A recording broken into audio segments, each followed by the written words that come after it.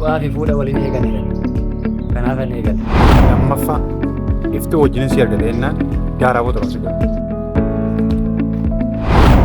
Baay'ee matakkoon si jibba. Ammuma kanaa ishee waliin taa'ee yeroo guguuguutti baay'ee nutti qaanaa.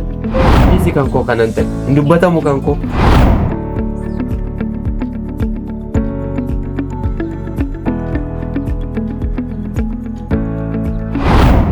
Nama akkasii gonkumaa jireenya koo keessa gashuun barbaada. Akka inni nan ilaallannee hojiidhaan sitti agarsiisa. Inni kuni amala garaa garaa qaba. Inni tokko qabeenya qabaatee of tuula.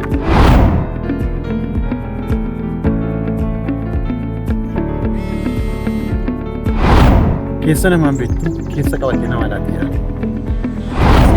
Anaaf ittoo gidduudha maal fuudhu oduu hirtaa deemte. Lamuun galuun jedheem na dhiisa irraaf. Har'aam na gadhiisi lamuun see. Hin jaalladhu. Kan nama biraa akka itaatamu gonkumaan barbaada. Utuun lubbuun jiruun jireenya na yaachisee fokkee na qabe. Yeroo meeqan sitti himaa? Gonkumaa utuu mucaan nagaa jedhamu kun jiru si wajjin jiraachuu hin danda'u.